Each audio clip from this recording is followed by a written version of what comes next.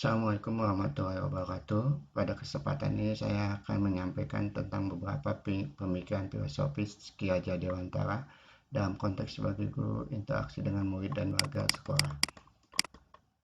Pemikiran-pemikiran Ki Hajar Dewantara yang pertama adalah tentang pendidikan dan pengajaran, di mana pendidikan dan pengajaran ini berbeda namun bersinergi.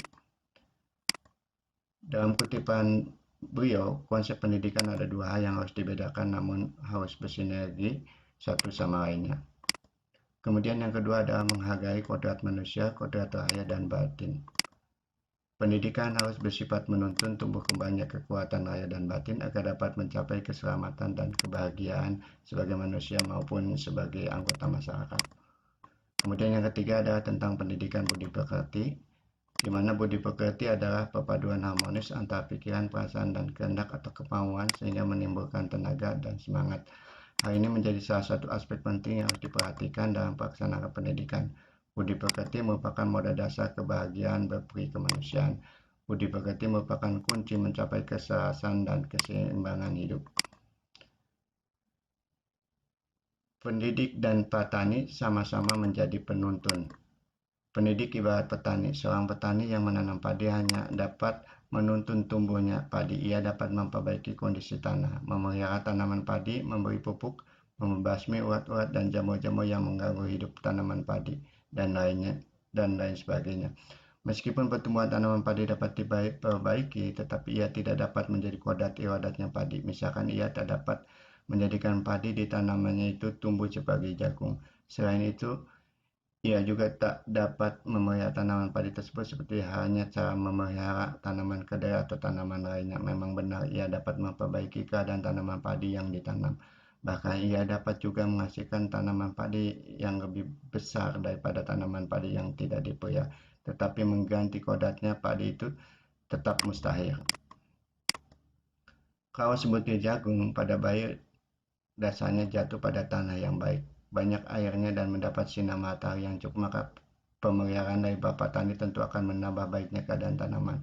Kalau tidak ada pemeliharaan sedangkan keadaan tanahnya tidak baik atau tempat jatuhnya biji jagung itu tidak mendapat sinar matahari atau kekurangan air, maka biji jagung itu walaupun pada dasarnya baik tidak dapat tumbuh baik karena pengaruh keadaan.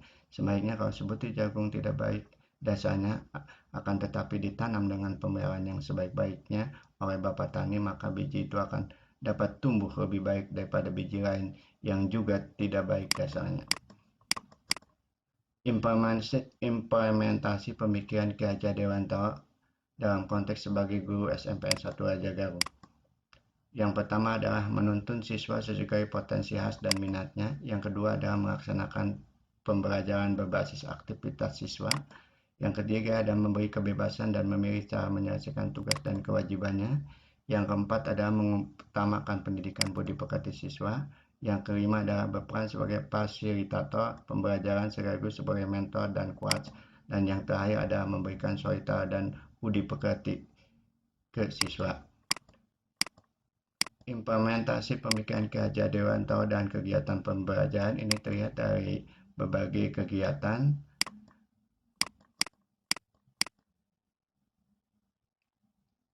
baik kegiatan di dalam kelas maupun kegiatan di luar kelas.